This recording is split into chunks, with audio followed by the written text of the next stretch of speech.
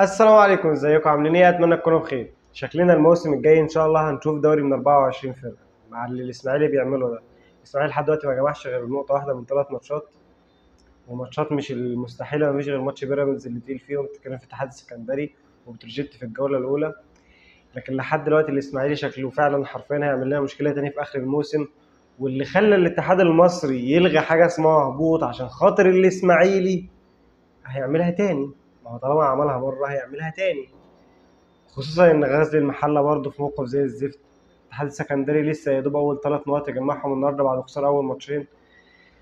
فمش عارف ليه حاسس ان احنا رايحين لمشكله كبيره برضه اخر السيزون. اصل احنا للاسف في دوله الاتحاد فيها ما تفهمش اهم حاجه عنده.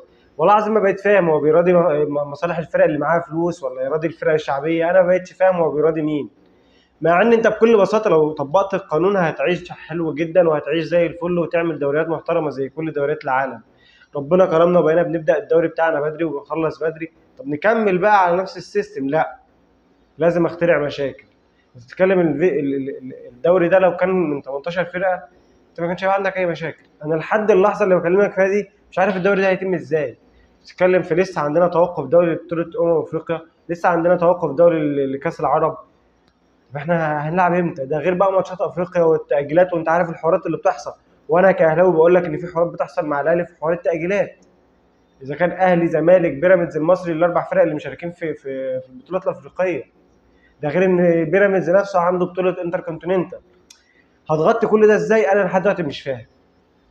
فانت برضه حطيت نفسك في مشكله، زائد ان الاسماعيلي حرفيا ما فيش فيه امل.